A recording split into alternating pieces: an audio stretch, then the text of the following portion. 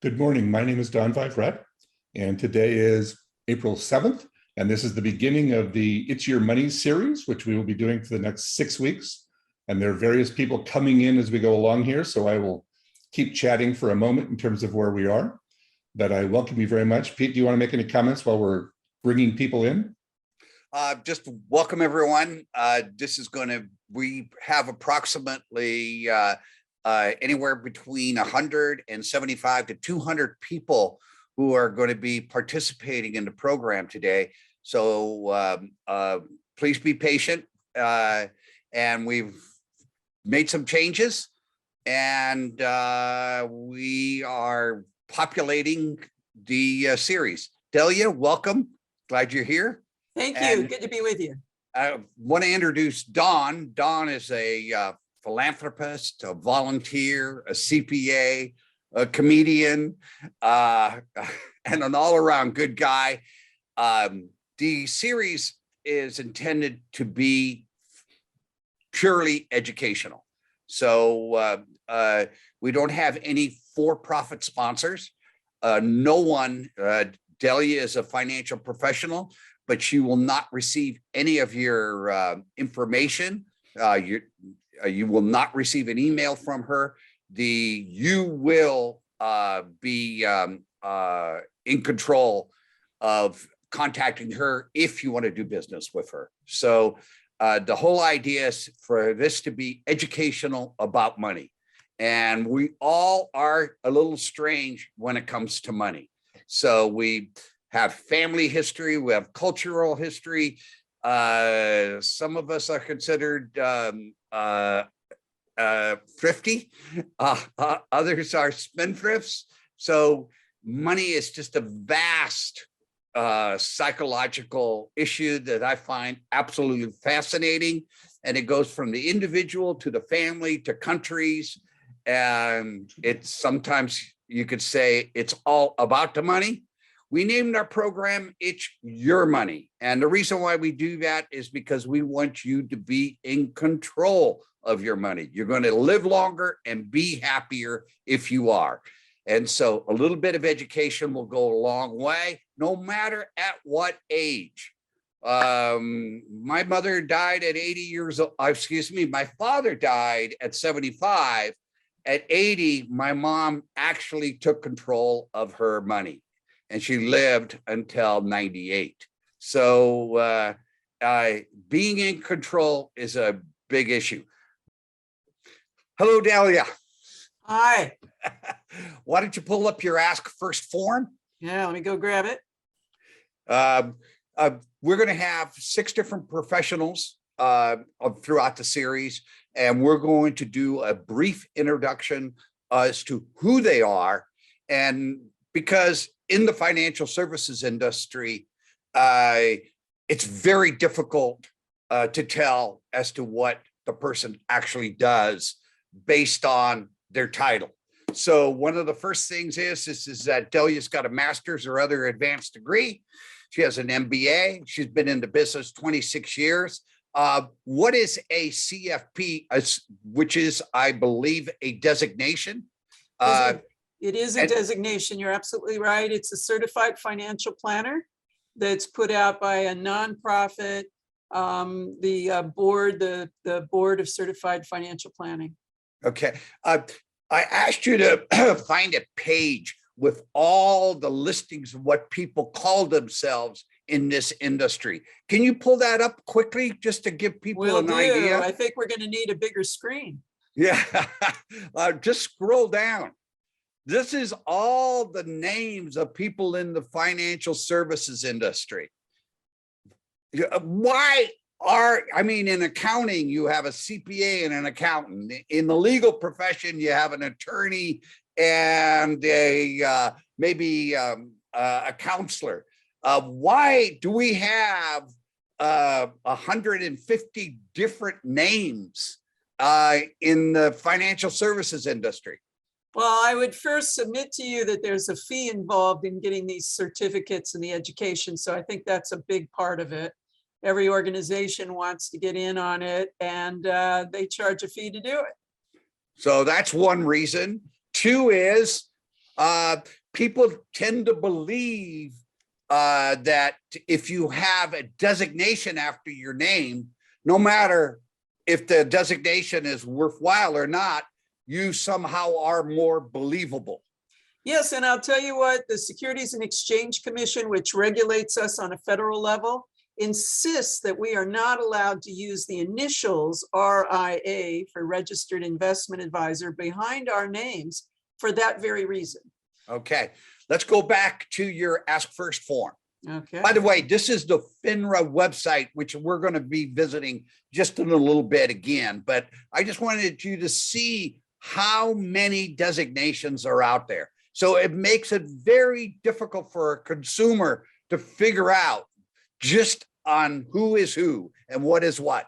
But the CFP is probably the most recognized, the most legitimate designation in the financial services industry. If you have a CFP, does that mean you're just a good person? Not necessarily, but it means that you've gone through a lot of hoops. You've taken 8 classes and gotten a B average or better. You've taken a one-day exam and passed it.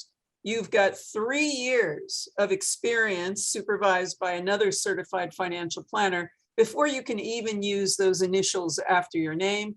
Furthermore, we have a continuing education requirement where you have to take 15 hours a year of continuing education. And every 2 years, there's going to be a 2-hour code of ethics requirement to go with that. Okay, but just like if you had an MD degree, it doesn't mean that you're a good doctor. No, unfortunately, it doesn't. Okay, let's go to relevant licenses. Okay, this is the regulatory end of it. Yes. And it gets even more confusing. Delia, you are a registered investment advisor, and sometimes referred to as an RIA. Where do we go to find out if you're appropriately licensed? Oh, can I show you the broker check website? Yes. Yes, let me show you the broker check website. I joke that I'm going to go first to the designations, and then I often trip over the word broker. Okay. Also, in order to find broker check, all you have to do is Google it, broker check, and this is the page that'll come up. So exactly. why don't you type in your name? I'm going to put in my name. And then you have a search. And there she is over there on the left hand. Why don't you click on more details? And now explain this. Now, what happens is you could stay on the broker check website, but the Securities and Exchange Commission, that federal level regulator, is going to be able to hook you into information on my registration that I've done. Okay, but before you go there, Delia, if the Securities and Exchange Commission, the SEC website, is the website for individuals who do not sell anything. In other words, you don't sell annuities, you don't sell mutual funds. I don't sell insurance. You don't sell anything. If she did sell something, then she would stay on broker check. There you go. Okay, so because Delia doesn't sell any products on commission whatsoever, she just charges fees for her services. She's only registered on the Securities and Exchange website. If you go to the SEC website. You mean going back to this? Yeah, exactly. And it tells you exactly, you can go into detail. How many, what is a disclosure? A disclosure is if there was something that, as per their questionnaire, if there was something that came up, like I had been convicted in a lawsuit, I was under regulatory scrutiny, I had consumer complaint. Consumer complaint, exactly. So the good news is Delia has 0. That's correct. Tells you how long she's been in the business as an LLC, and as far as an individual is concerned, it tells you how many examinations that she has taken. And the reason why she hasn't had to take an examination is because of the fact that you are a CFP, as I understand it. Yeah, and I'm a registered investment advisor, so I don't have to maintain any of those licenses hooked in to the regulators. So, and we have to point out too that I have one state license, although this says go to the SEC website. I'm not SEC registered because I'm of a certain size. So I am with the state of California. I'm state. So the entire financial services industry operates on a major principle, and that major principle is full disclosure. Okay, if I tell you everything there is to know about Delia, everything there is to know about the investment, then you, as a reasonably intelligent individual, will figure it out. I find that to be a fallacy, but that's the philosophy of the entire premise. So you have to understand broker check, SEC, and what FINRA is. Let's go back to your Ask First form. By the way, every single person who I meet and say they are in the financial services industry, I go immediately to broker check and look through the whole thing to understand them, because I'm going to maybe give my money over to them to manage. And so I'm going to do some really due diligence. It is amazing. The number one reason why people give money to their professional is because they like them. They have no clue as to their background. And, you know, who always comes to mind is Bernie Madoff. Oh my gosh. You know, so check them out. Let's go down to business relationship. What does it mean to be a fiduciary? Means that I put the client's best interests ahead of my own. That's by law. And it's by my personal choice. So you mean to tell me that somebody working for Merrill Lynch or Smith Barney or UBS or American Express, or they don't put their client's interests first? You'd have to ask them, but they really only have a responsibility to do what they think is in the client's best interest, but that's a little different than being a fiduciary. Okay. Take a look at the compensation. First of all, how do you charge, Delia? I charge fee only, either on an hourly basis or for assets under management. What does that mean? I have given you $1 million to manage. How much would you charge me? I would charge you approximately $8,000 to $9,000 a year. There'd be a 1% charge on the first $500,000. The second $500,000 would be 0.8% of that. So it kind of builds on itself. Okay. Now, if you look at the compensation, the way she has it written on her Ask First form, to the right of it, it said payment will be made by. On both of those cases, the client pays. So her only obligation is to the client. If Delia had been working for Merrill Lynch, then Merrill Lynch would be paying Delia. Who would Delia be responsible to? Yeah. Merrill Lynch. Okay. So it's a little bit subtle, but you have to understand it because it's your money. Okay. So you want to make sure. The last thing is that right under that, it says, do you offer to sell annuities, insurance, mutual funds, financial products, or are you affiliated with someone who does? Delia? Not at all. It's just me. It's me. Yeah. And my client. That's who I care about. Yeah. So if we want to find other people like you, how do we do that? You know, I would recommend that you consider going to the website for the National Association of Personal Financial Advisors, or NAFA. And we are the Association of Fee-Only Planners across the country.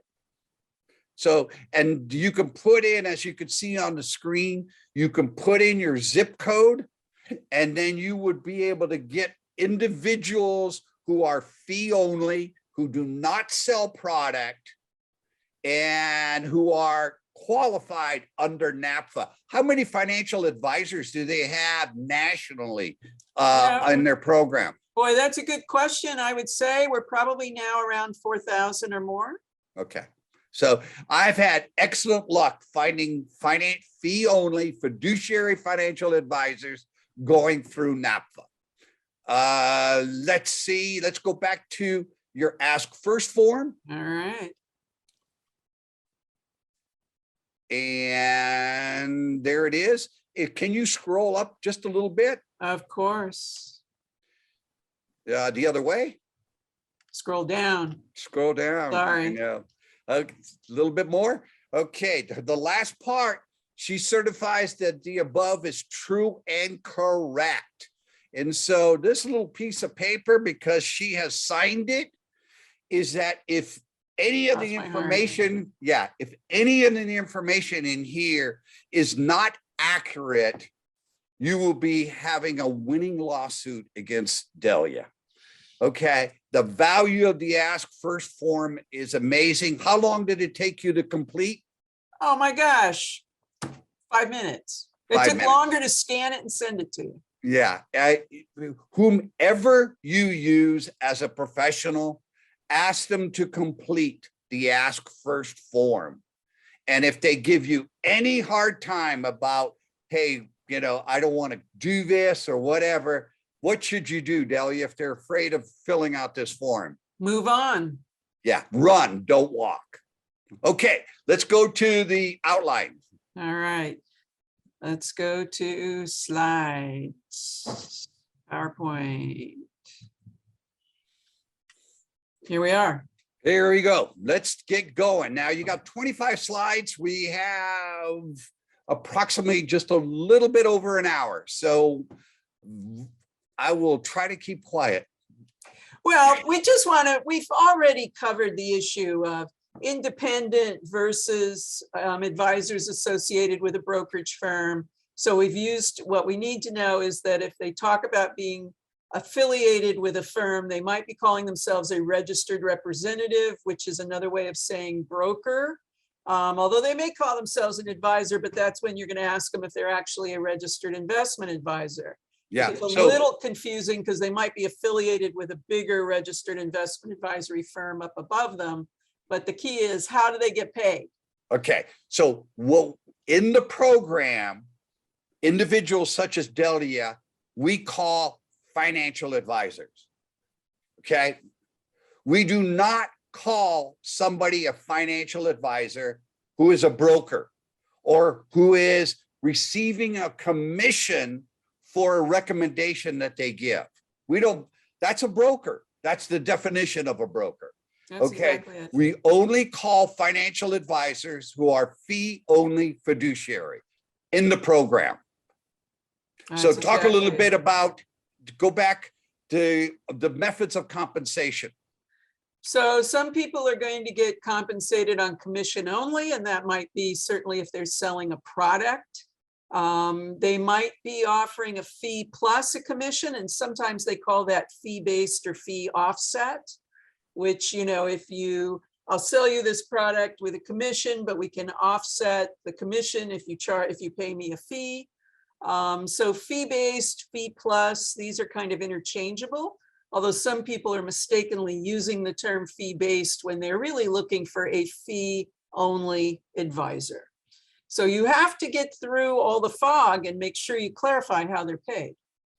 Yes, very important. How are you paid? How else are you paid? That's a good way of doing it. I always ask, do you give or receive referral fees? That's a good one.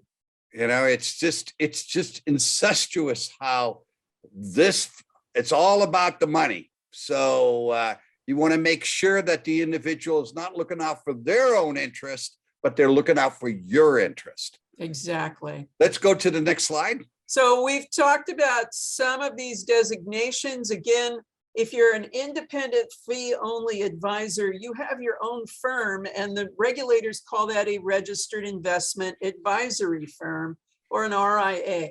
Yeah, but it's not a credential though. No, it the is not. RA. No, it is Yeah. not. That's why the SEC won't let us use the initials. Yeah, but you have it under credentials, but I just want to clarify to people that this is not a credential.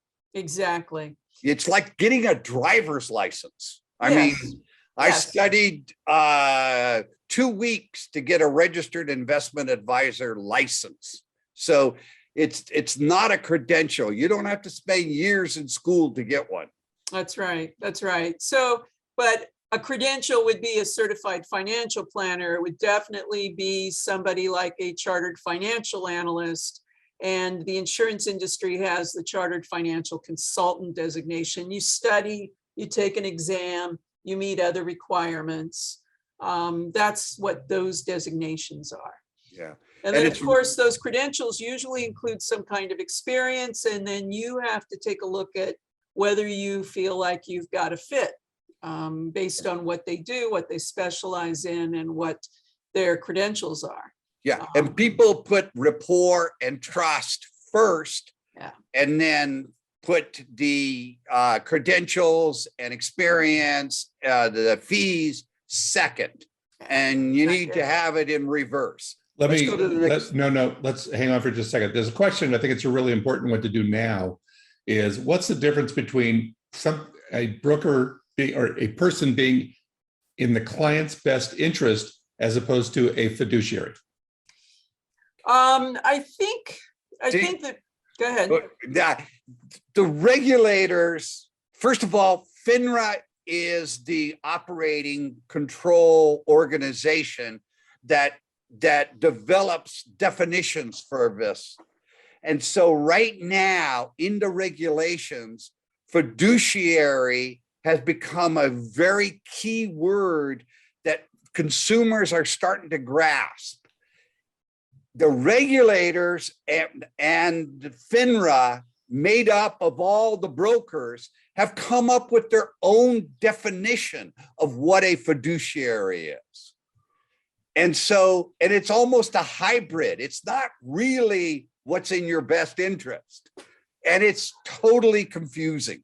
It is confusing. It is terrible. And so it's a great question, but think of it as common sense. Is the person working in my best interest? Is that person getting paid from any other source except from me? And if they're getting paid from another source, they're not in your best interest. Is that probably a better way of explling it, Delia, or do you think? I think that's nicely put. I think it's nicely put. You know, it's very difficult though. If you understand it totally, you're one of the rare individuals. They don't want you to know how much this industry gets paid. It is one of the most powerful, the most lucrative businesses in the world, selling of financial products. Let's go to the next slide. So we've talked about FINRA, self-regulatory organization. Everybody has to register who with a sponsorship from a broker dealer if they sell securities. And a broker dealer is like an escrow agent for investing.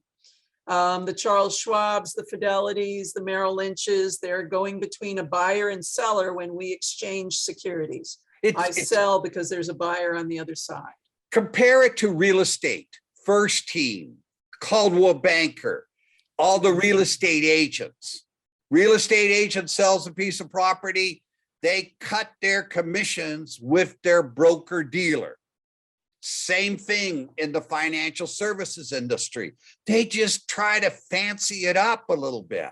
They don't want you to think they're just a salesperson. You don't even have to have a college degree to manage $500 million. Yeah. You have to be just 18 years old and pass that investment registration exam. That's it. Scary. Whereas you do have to have a college degree to have the CFP designation. Yes. Let's go to the next slide. Okay, so we've looked at the ask first form and in big type, are they a fiduciary? Will they commit to that? I think that's really critical. Yeah. And these are the components. So what's the financial planning process? What do we all need to go through? You know, What I is, actually, wait a second, before we begin there, when you say to people that you're a financial advisor, no good, what do they think of? you know, sometimes they think the financial planner, they try to call me But and say, mostly it's about investments, isn't it? well, yes, that's true. That's true. Because Let's they go to the do. next slide. But this is what really it is about. Because people can come to me and say, well, I need somebody to talk to me about my investments. And I'm like, well, tell me about yourself. You know, how old are you? Where are you in your life? What do you want to accomplish? Is this money something you're going to need in a couple of weeks or a month? Or are you going to need it for retirement in 20 years? We need to know who you are because we need to fit the advice to the circumstances. That's being a fiduciary. So our number one assignment is to understand the client's personal and financial circumstances. That's number one. And then as we talk to the client, we're looking for their specific goals. And we have to help them prioritize them if they haven't already done that. Because, you know, a lot of us want a lot of things, but sometimes we can't get everything we want. And once we identify all of that, then we take a look at where they are and figure out potential courses of action and alternatives they might consider, because there can often be more than one way to get to the same place. Then we hone it down to develop the actual recommendations. We present the plan to the client, and we may help them make it happen. We may invest their money for them, refer them to an attorney for an estate plan, refer them to an insurance agent for all of the insurances they need. We may get them to a tax expert to follow up on some tax issues. And then once we have the plan in place, we monitor and update and adjust as needed. You know, you don't just put the plan in place when you're at one age and decide that you can take care of a decision for who you're going to be 20 years from now. How many clients can you have as an individual and use this process? Well, I think when you're investing, you're doing ongoing investments per person, probably about 80 to 100 maybe of families that you're following around and that you're helping. Yeah, it's one of those kinds of questions you may want to ask. How many clients do you have? Because this takes time. It takes time. And how big a team do they have? Are they doing it on their own? If they're handling hundreds, how do they manage that? And by the way, even if you're doing it yourself, you need to kind of go through this process and write it down for yourself. You know, what is your personal and finance? We'll go through that next week, but have your goals written down. Yeah, I have to tell you, I had a couple come in once around July of one year, and I said, they looked like they were doing fine. They were, you know, mid-career, they had a couple of kids. And I said, what's your biggest issue? And he says, we've spent money all year long, and I don't know if we've spent it on the stuff that we wanted to spend it on. And I'm like, well, that's interesting. They'd never written down their goals and objectives. Yeah. Let's go to the next slide. You know, I know that you're a big fan, Pete, of the net worth statement. Yeah, and we're going to get into detail of that next week, but this is absolutely, every person needs to know their birth date and their net worth. Very important, and how every asset is titled. Yeah. So here's an example. And you know, what you own, less what you owe, what's your net worth? And we're going to go in more, Lori's going to go into more detail on that next week. Lori's a champ. She's great. This is huge. This is huge. You must think about your tax profile. Do you do you itemize, or do you take the standard deduction? What's your tax bracket? What's your taxable income? Everybody needs to save this chart to understand their tax situation. Absolutely. Absolutely. So do you have the capital gains on there? Yes, let's go take a look at that. Here we go. You want to spend about 5 minutes going back and forth on capital gains versus ordinary income. So let's think about this. So let's go back and say that if you are married, filing jointly, and let's say that your somewhere in the income level between 83,550 and 178,150, you're really in what we call the marginal tax bracket of 22%. That is, if you made another dollar in this range, that next dollar is going to be taxed at 22%. And then we go over and we say, well, you have some money in an investment account. Maybe we're going to sell some things. Are we going to sell some things at a gain? Well, if we do sell it at a gain, what is that gain going to be taxed at? Because when we make money, Uncle Sam is our partner.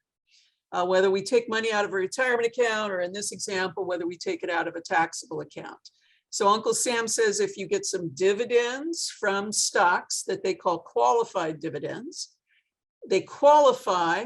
Qualified means that they qualify for a special federal tax treatment.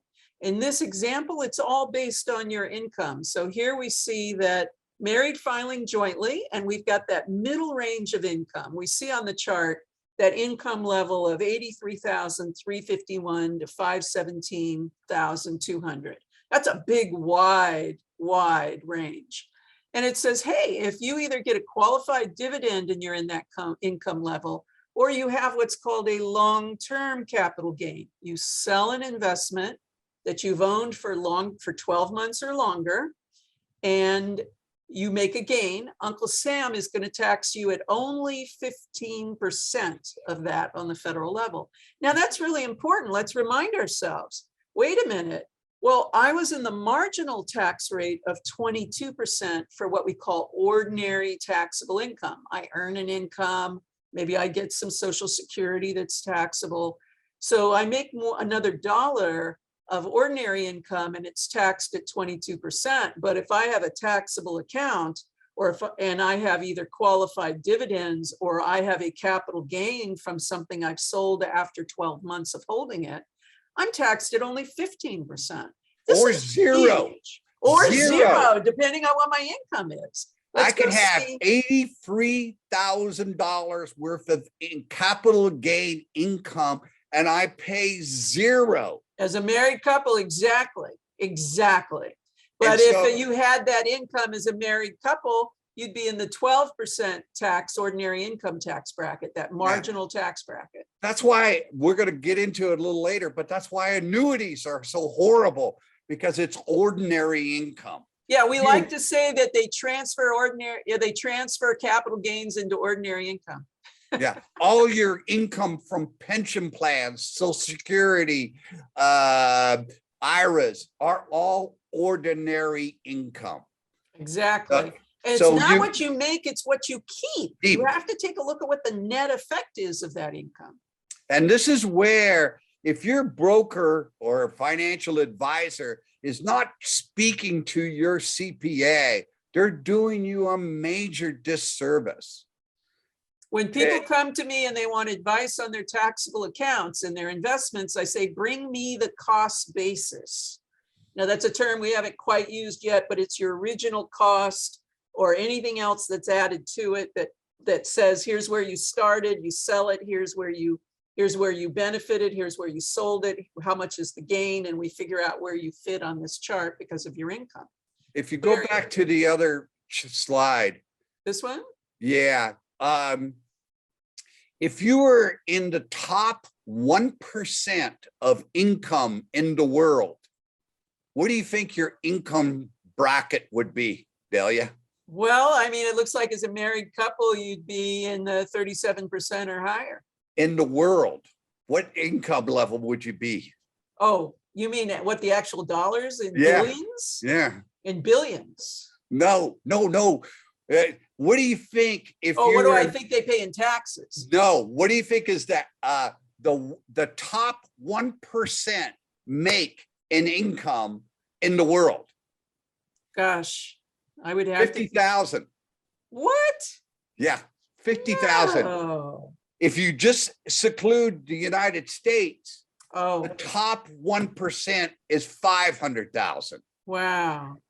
Just to give you a relative, my mom made 20,000 and she thought she had to pay $2,000 in taxes. She thought that was criminal.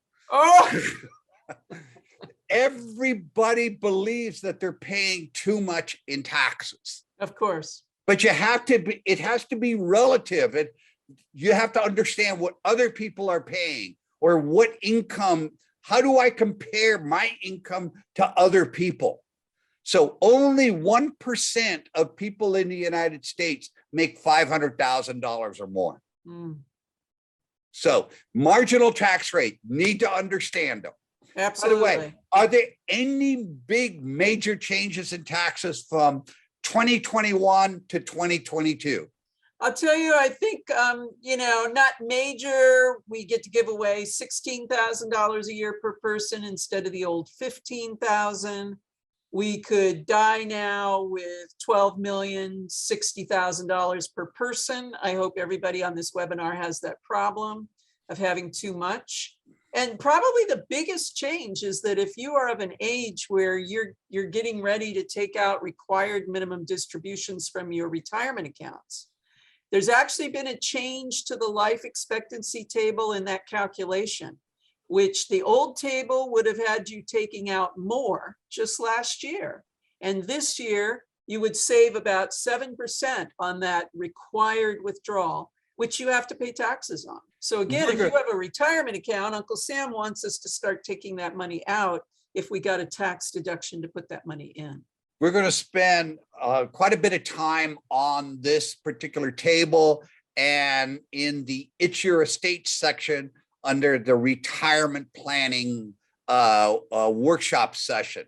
And people may know that Congress is talking about pushing out that required minimum distribution age to 73 through 75, depending on what your age is.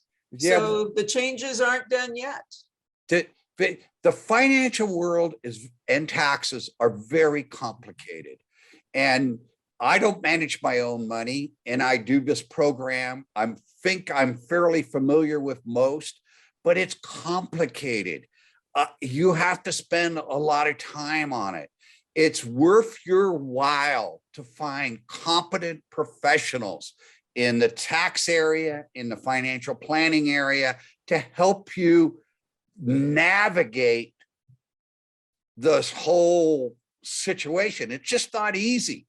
Yeah, a lot of us spend an hour and a half this week listening to a big webinar on this issue. Yeah. And by the way, gosh, Don, could you dress yourself up as a broker for just a second?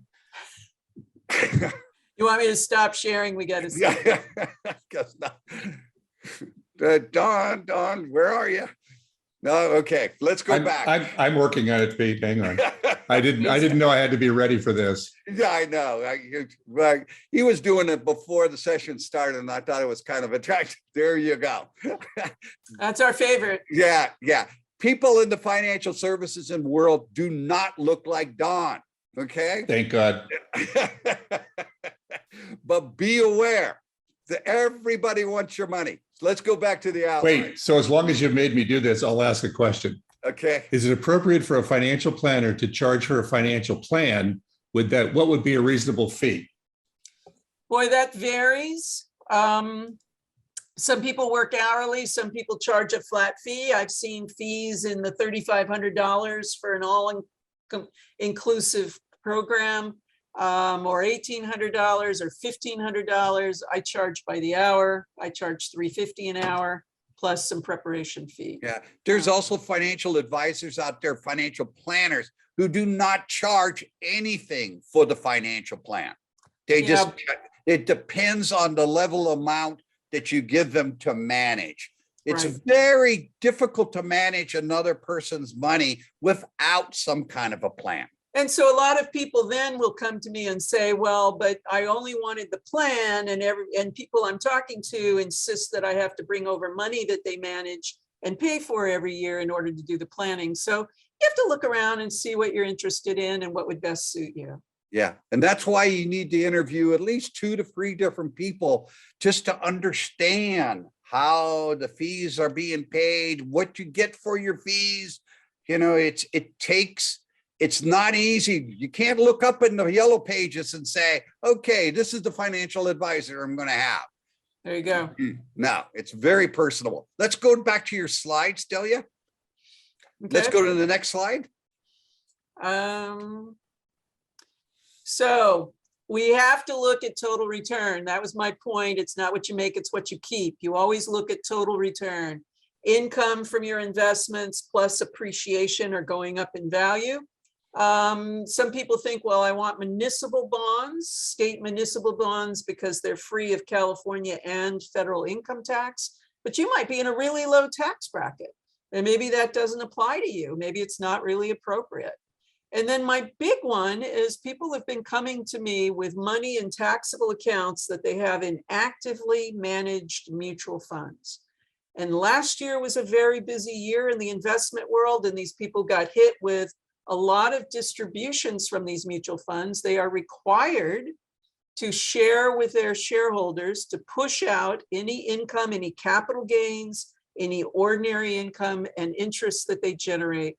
And last year was so busy for them, they did a lot of buying and selling, and people got a tax bill they did not expect. I had one client, $35,000 of extra income that she received. She didn't sell the fund. It just threw off this income that she didn't even expect. And we're going to be talking about mutual funds in the session called The Investment World. Good. So you have to be very careful, not only what you invest in, but what kind of account you put that in, what we call investment location. Where is it? What do you mean by that? I mean, that, you know, an actively managed mutual fund could be a good thing for you, but I would put it in an IRA where you're not paying taxes on that until you take the money out, and then it's all ordinary income. If it's a traditional IRA that you got a tax deduction for making the contribution to. So investment location means, do you have an IRA? Do you have Yeah. a 457 plan? Do you have a 401k? What Do kind you of an have it account in, is it? taxable? What do we put in that account that would be appropriate to that account? Okay. And your last point is? Annuities may be the most inefficient investment that you could have. There's a trade-off. You give an annuity, you buy an annuity sometimes for regular income that's insured, but it takes whatever you have and it turns it into ordinary income. And we'll go through annuities a little bit more in the investment world. Let's go to your next session. I mean, And next slide. next slide. And then as a general concept, an investment that you might have, if it's not an individual stock or bond, but a fund, there might be a fund that is trying to actively manage the investments to see if they can beat the market or make the most of the market. And then there might just be passive investments. Passive is, we're going to buy the S&P 500 index fund. We think of passive as an index. Now, that even goes to financial professionals. One of the things that I always ask, besides fees, besides credentials, is, are you an active or a passive believer? And if I were to ask you, Delia, what kind of answer would you give? I'm really mostly a believer in passive style of investments because it gives us the lowest fees, oftentimes for the broadest diversification. I may make some strategic changes or rebalancing when a client has more stocks than we thought they were going to have, fewer bonds than we thought. We might sell off some things to get back on path. But I'm not so much interested in a large proportion in active investing. The fees get higher, the trading gets higher, so it pushes out more income to the client that's taxable in accounts that we don't need that. And it's more tax inefficient. More tax inefficient. Okay, so these are terms of art, active versus passive. And we'll be talking about these terms as we go through the series. Let's go through the next slide.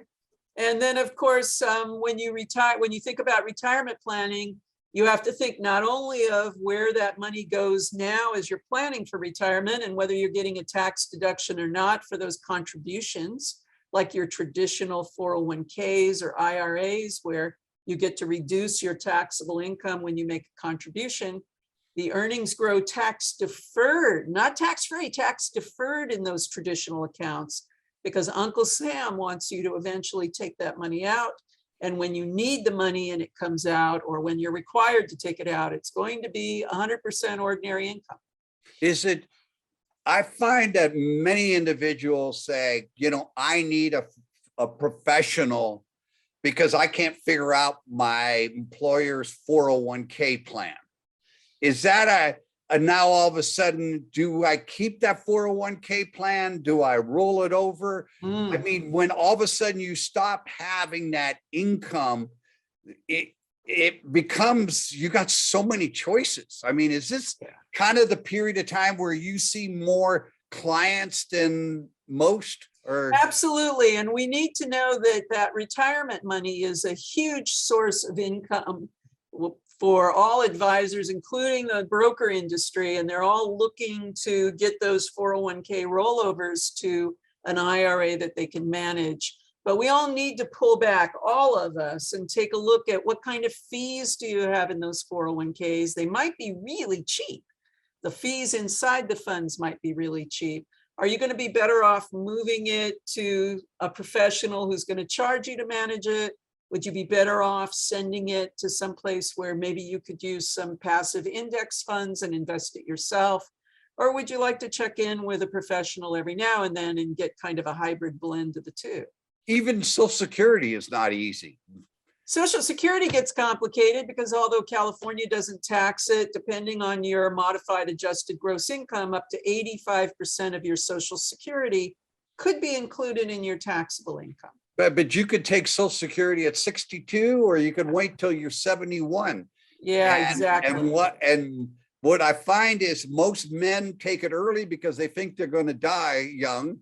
Women tend to stretch it out a little bit longer than 71. But it's not on, you shouldn't base that on those kinds of feelings. It's a numbers game. It's a numbers game. How long do you think you're going to live? When are you going to need the income? Who's the largest earner?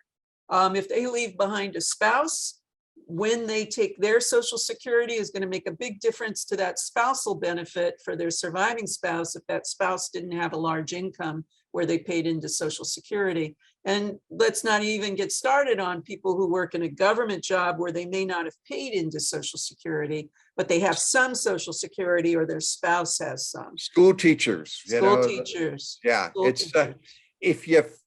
This is complicated. It has a lot of moving parts. Yeah, A lot of moving parts. And it's not intuitive. Hmm. You know, it's not something you say, hey, my gut tells me this is what I should do. If your gut tells you to do something, go see a professional, because more than likely you're wrong. Yeah. Why not get a second opinion? Yeah. A taxable accounts, just because something is tax-free or a tax deduction, does that make it a good investment? No, not if you could get a higher rate of return or higher interest rate because you're in a really low tax bracket. You might be much better off in something different. Yeah.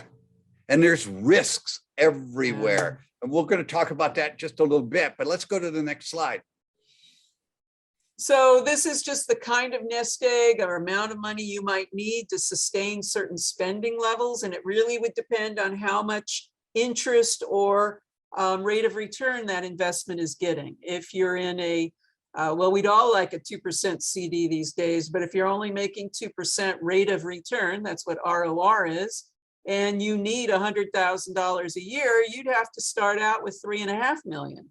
But if you thought over the long run, you could average 8% a year, you only have to build up a nest egg of 1.6 million, you know, only. Only. Yeah. And by the way, that's why you have to take into consideration your other income. Absolutely. Absolutely. You know, do people still get pension plans? People who are retiring now might, but they're not that common across the country, and there are fewer and fewer of them. And even the government entities that have given out pension plans in the past are really narrowing down those benefits. They're not as lucrative. You have to wait longer before you get them. It used to be you'd get a full retirement at 55 if you were a teacher in California. Now it's age 60 or 62. So it's incumbent upon us older folks to tell the younger folks to really save. Yes. It's unbelievable what's happened in the world. There is no longer a pension plan. No. And do not let people scare you about Social Security. I'm amazed at the number of people who believe that Social Security will not be there in the future. It will be. I don't think any politician would want to go back to their voters and say, I'm cutting your Social Security. Yeah, and it's a fear. If somebody tries to influence you based on fear, run. Yeah. It's just awful. Fear is good to recognize the problem. Fear is not good in making a decision, because then you don't look at all your alternatives. Let's go to the next slide. So this is an example from Social Security's website of how much when your full retirement age would be. So or they call it your normal retirement age. And that's kind of the sweet spot of taking your Social Security. You can take it as early as 62. If you were a widow or had other situations, you might even take it younger. But to get kind of that sweet spot of Social Security, take a look at these ages. If you were born after 1959, then now the normal retirement age or sweet spot would be age 67. For a lot of my clients who were born between 1943 and 1954, that normal retirement age is 66. Yeah. And by the way, if you're in doubt, run some numbers. You haven't talked about it much, but in a financial plan, you have expensive software. Oh, yeah. And you run calculations. And we do projections. And once clients get the concept, they're like, oh, well, let's go in and see if we can afford X. Or they'll say, oh, no, we can't buy that extra car. Or no, I don't think we should buy that vacation home. I want to retire early. They suddenly are able to prioritize what they've been wanting, which is really what our goals are. Let's prioritize, put a dollar amount and a time frame on what you want to accomplish. And by the way, these decisions aren't your financial advisors. No. The financial advisors is there to run you through the advantages and disadvantages with the numbers so that you can make a better decision. That's it, exactly. So people will come to me and say, well, I'm so afraid to come here. I'm afraid you're going to tell me I can't retire when I want to. No. And I'm like, no, I'm not here to tell you no. I'm here to show you what it's going to take to get what you want. Yeah. Or be realistic. Yes. Yes. But what I find too is that individuals who are now in their 75 and older, it's difficult to spend money. Oh, So yeah. do you ever encourage people to spend their money? I try, but some people come in and they look a little sheepish and they say, we're just not spenders. And I'm like, well, is there somebody you want to leave this money to? Because if you're not careful, you're going to leave this much money behind. Yeah. And they go, You've worked it, and so a lot of times we encourage people to spend money, to make gifts to family, to make gifts to charity. You cannot spend it once you're dead. Yes, and when people come in and they say to me, well, I don't know who to name as my beneficiary on my IRAs. We don't have any kids. And I said, what about charities? Yeah, what about? There's so many missions in the world. Yeah. It's animals, people, causes. Exactly. Let's go to the next slide. No, let's stay on that slide. Okay. So question come in, for the sake of discussion, I have cancer. Does that change my normal retirement age? No, if you can file for Social Security disability, you will be bumped and you're approved. They will bump you up to that normal retirement age payout, even if you're younger. And being able to qualify for Social Security disability approval can sometimes take a lot of hoops and a lot of time. Yes, at least a year. Yeah. The other question, as long as I have your attention, is why do people believe that Social Security is double taxed? That's a little confusing to me, but it might be dependent on where they live, because California is one of 13 states that does not tax Social Security, but some other states do. I guess what you're talking about is they feel that their pay was taxed. Right. If you make a certain level of income, you can get your Social Security taxed up to 85% level. Depending on your your 85% of it is taxed. Yeah, it's not taxed at an 85% 85% level. Let's see. Yes. You're correct. Okay, okay. No, but I guess you're pointing out that they earn the income, they pay into Social Security, and then they get the benefit, and then they pay on it again. Just remember, if you pay more taxes, it means you earned more income. And there is no one I have met that likes paying income taxes. No. My Well, mother's Warren Buffett claimed that he thought it was the right thing to do. yes, but it's still painful. Even my mother-in-law, who's a tax accountant, said cheating on your taxes is not really cheating. Nobody likes to pay taxes. Let's go to the next slide. So Social Security, whether you receive the Social Security or not, is based on your quarters of coverage. Now it's pretty easy to go into Social Security's website and check your record. It's based on how much you earned while you were working and what you paid in from those earnings. And those annual benefits increase with inflation. Social Security got a 5.9% increase this year. Don, how are we doing on time? We are doing great. It's 7 minutes after, so we have 23 minutes. Perfect. Good. Perfect. And so 4 it slides. actually, Social Security is one of the few sources of income in retirement that actually does have an increase to go with inflation. Now, we've had a couple of years where we've had very low increases, but this last increase this year is pretty impressive. Close to 6%. Almost 6%, exactly. And if you take it sooner, before your normal retirement age or full retirement age, you're going to get a reduction. And if you take it as early as 62, it would be like a 30% reduction. And I'm like, if you waited between 62 and your normal or full retirement age, every year that you wait, you will have an increase in benefit of 7%. I have nothing that I can invest your money in that guarantees you 7% per year between those ages. I have nothing that guarantees you that. Safe guarantee, nothing. Yeah. By the way, what is the safest investment in the world?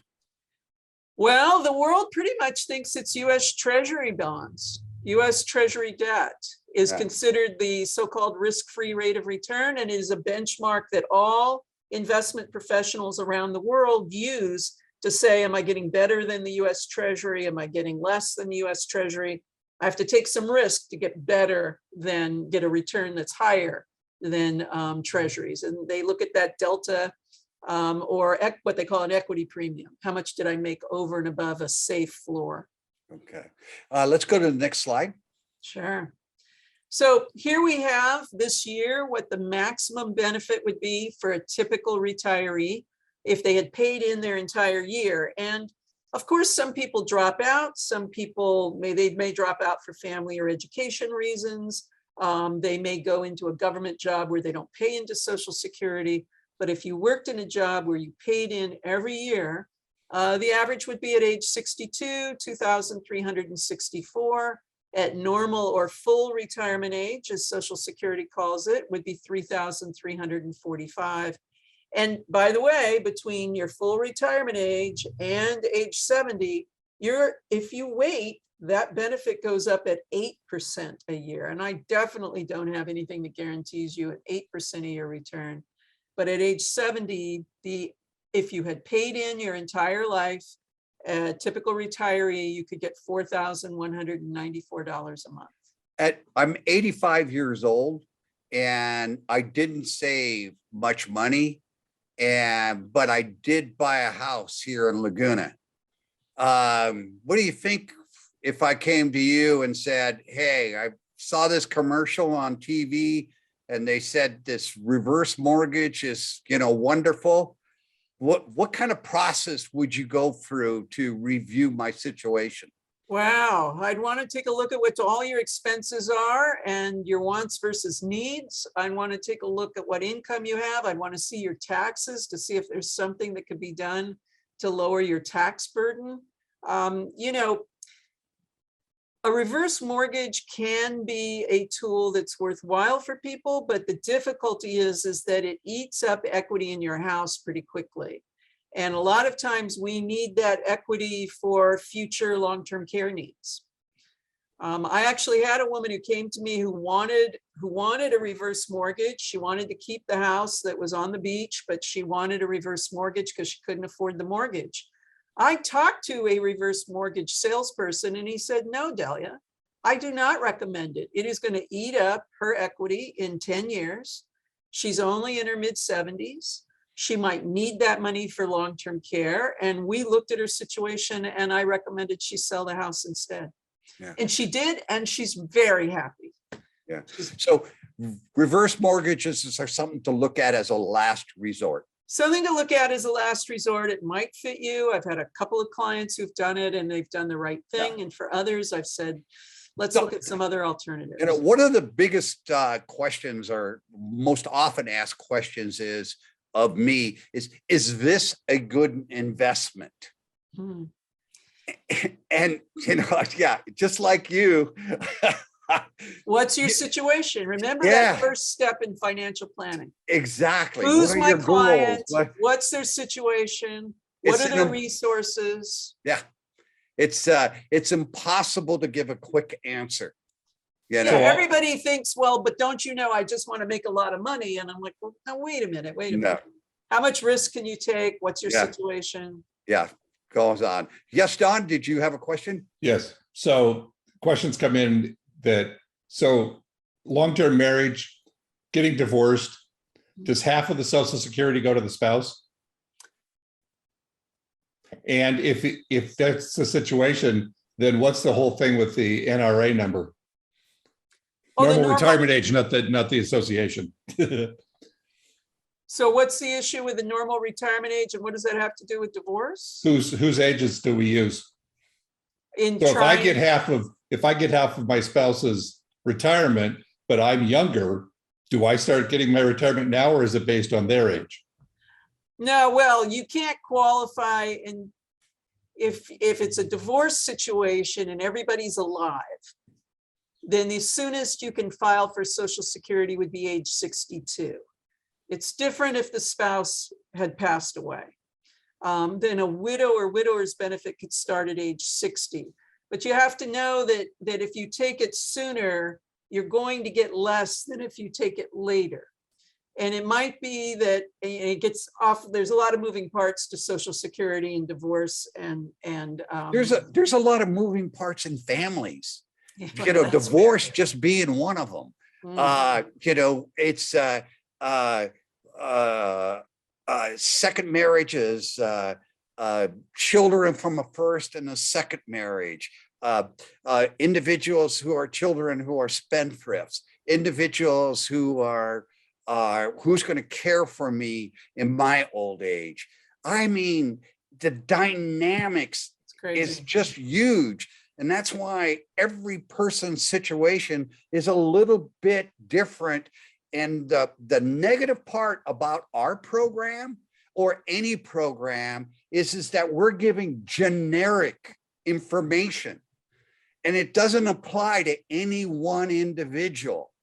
So be careful what you take out of this and pursue what your question is with a professional to get a good answer. There's a lot of myths out there. Now, Don, I would point out to the questioner that there's a really good explainer that is out on the Social Security website on divorce and Social Security, you know, divorce spouse benefits. In fact, And there's looked also that a up. lot of software out there that will do calculations and run numbers for you. Yes, yes. But I would definitely go to the Social Security website first, ssa.gov. Really good explainers there. Let's go to the next slide. Okay. So we've been talking, we just kind of repeating some of these issues, the overview of how this financial planning advisory world is laid out, that there are independent advisors who are fee only, and there are some that are associated with a brokerage firm. You have to figure out who they are, how they're regulated, and how they get paid. And there's a lot of different compensation methods. By the way, we only use fee-only fiduciary advisors on our program called Financial and Estate Literacy. And you should too. I would highly recommend it. You know, I like to say, because I'm a career changer in this business, that I became the kind of financial planner I wanted to be, that I thought I would hire if I ever needed to hire one. That's the kind of advisor I thought I would want to hire, and I liked the field so much I became one. The other thing too is I'm just running into this yesterday is that usually there's one individual in a married couple who takes care of the finances. When that individual dies or suffers from some sort of incapacity, the surviving spouse, or all of a sudden the spouse who hasn't been as familiar with it, now has to step in and manage it. And what they try to do is try to follow everything what the previous spouse did, even though that was at that particular time. From my point of view, if you are that person that is a survivor or have somebody who suffers from some sort of incapacity, this is the time for you to visit with a fee-only fiduciary advisor. Yes. And it could be on an hourly basis. It could be on a asset under management basis. It could be on a special retainer basis. The basic analogy is that you want to be the person who pays them. Yes, you want to be. You don't want to have that person be paid from other outside sources. Because then they have a conflict of interest. Yes. And there are so many conflicts of interest. And by the way, and you want to spend the time up front choosing someone, because they're going to be your financial partner for hopefully the rest of your life. Exactly. Let's go to the next slide. So credentials again. We've talked about this. Make sure that you know who the planner is and what their background and experience and credentials are. And there are associations that you can go to, and we've already pulled up the National Association of Personal Financial Advisors, who are fee only. I put in the Financial Planning Association here because we also have CFPs in the Financial Planning Association, but sometimes those are going to include commissioned salespeople. What's the distinction between fee only and fee based? Yeah. Fee based typically means that they make a fee plus they may make a commission, that they're kind of based on fees, but they might use it to offset some, they might use commissions to offset the overall fees associated with their services. An easy way to tell is that if somebody is registered just under FINRA, they're going to be fee based.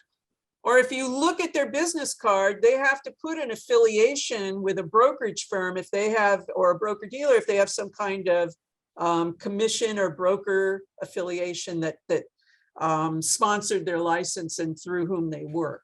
In fact, if you see a bunch of fine print on a business card, I would say move on.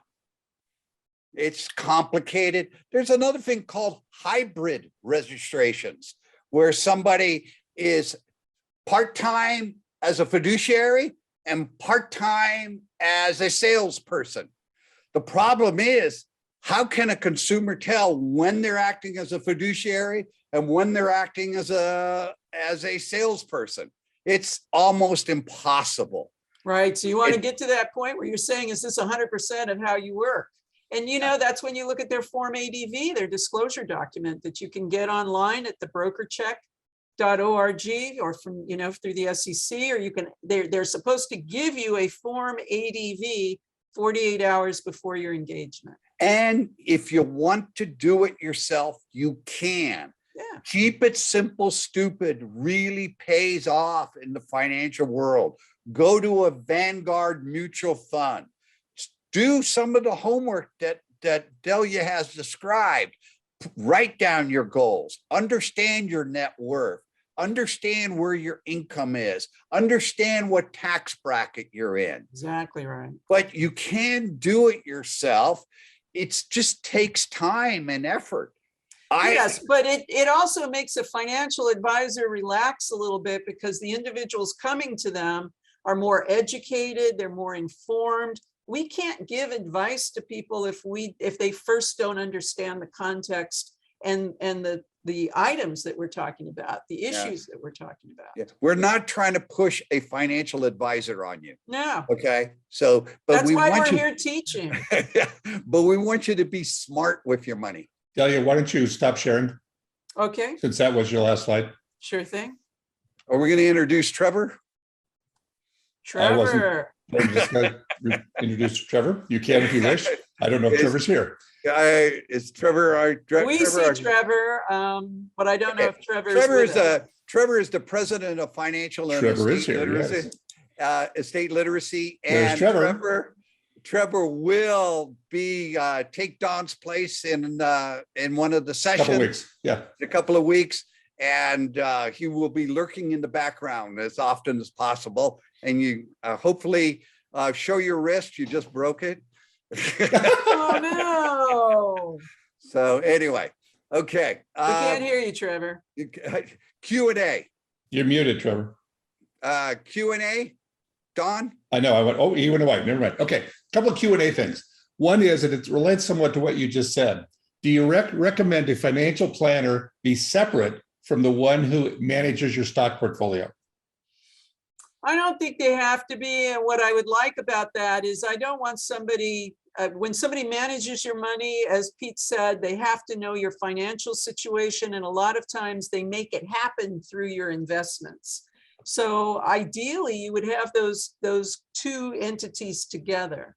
But sometimes there are people who come to me who their investment advisor only invests their money and they come to me for planning. How much do you charge? How much do you charge for a plan? I charge $3.50 an hour. Majority of people spend somewhere around 2 or 3 hours with me. Depends. Then do you charge an ongoing fee if I have questions? If I'm managing the money, yes. Right. Yeah. Okay. So that's the advantage and disadvantage in terms of, if someone wants to pay a fee for it, then that's what they're able to do. Sure. We have an interesting one that I'm not sure where to go with it. If you have a retirement in CalSTARS. Thank you.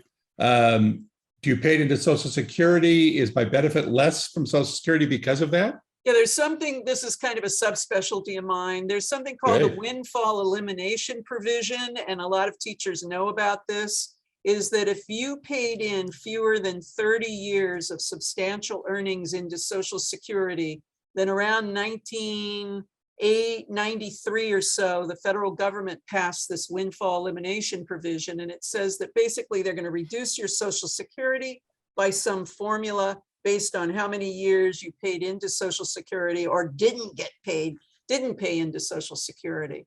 I think a lot of teachers, as they get closer to retirement, are aware of this. And the other way they're going to be affected as well is that if they are married to somebody who receives Social Security and that person passes away, any spousal Social Security they might get on that deceased spouse's record will be reduced by 2/3 of their pension not covered by Social Security. Okay. I would not have come up with that on my own. This is something I deal with a lot. I think I may watch the video over and over again to get that resolution done. I'm sorry if that was. No, that was perfect. No, you designated a specialty, and that's an excellent thing. It's not easy. The stuff is not easy. Okay. Any other questions? Yes, a couple questions. We seem to have rung a bell on divorce. I'm divorced and have realized a capital gain amount of $23,000. My ordinary income is $87,000. What would be my capital gains rate? What's the rate for divorced as opposed to married financial? Obviously, I'm filing together. But I would assume that if they're divorced, they're either filing as single or head of household. Right. Yeah, and that would be. Then you go back to the chart and take a look at it. Okay. And some days I'm not a tax person, so some days I can't even spell tax. But understood. Or know what it means. Yes. Yeah. I'm divorced after 15 years of marriage. My ex just died. Do I qualify for Social Security now? It depends on how long they were married and how old they are now. So yeah, but it's worth looking into. Absolutely. Yeah, so it's worth looking into if they are of a normal retirement age and their ex-spouse to whom they were married for at least 10 years and then divorced, then they could be eligible for a benefit that would be the higher of the ex-spouses or of theirs. It just depends. But they can't be 45. They have to be of some kind of normal retirement age. Okay. They have to be Dawn's age. Well, then they're taking full retirement because they're well past 70. This question's come up a couple of times in here. In 2020, we did not have to take our required minimum distribution. When we now are in for tax year 21, we did take it and we're taxed as ordinary income.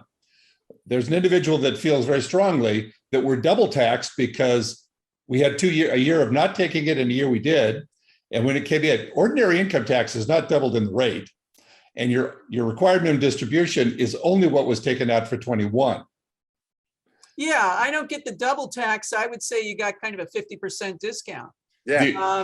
So the only thing you were able to avoid pulling that money out in 2020. There were people who took the money out early in 2020 and didn't repay it. Well, there was a provision. Yes, through August you could put it back in. Yeah, there was a small window where through August you had to put it back in again.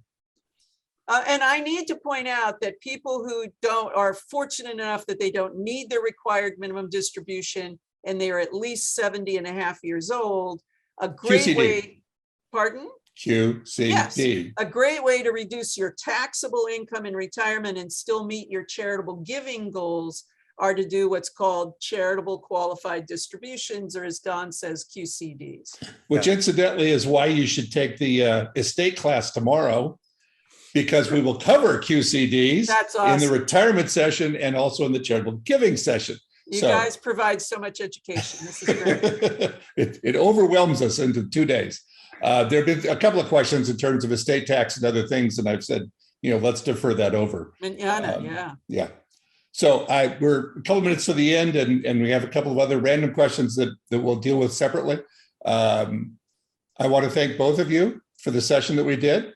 I think it was a very good one, very good information for everyone. Certainly got a lot of people's attention. We seemed very big on divorces this time. And Pete made a very interesting point earlier that I wanted to come back to. It's your money. And our key thing is you need to know where you are and what's going on. And as Pete had noted, there are certainly a good number of people where one spouse or the other, not being sexist in any way with it, have managed or not managed the money. And all of a sudden they're aware of it. And that's a very scary thing to many, many people, if not everybody, as you go through that. And so that's where we think this class is exceptionally important to it. I want to add one thing that Pete didn't say. In no way are we suggesting that you change what you do today. Yeah.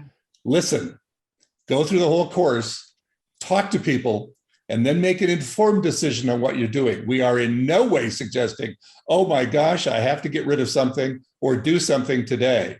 That is not the intent. The intent is give you some information, give you some knowledge in terms of what's going on, and then make an informed decision. Don't do it based on what we just said today, other than gaining some more information. We are the anti-lunch, dinner, Don't go there, Pete. workshop. Yeah. There is no free lunch. There is no free lunch. There's the steak dinner. There's a free webinar that you just did. Yeah. And certainly, and incidentally, a couple of people have asked, what about the recording? These are being recorded because I was good and turned it back on again after the charity.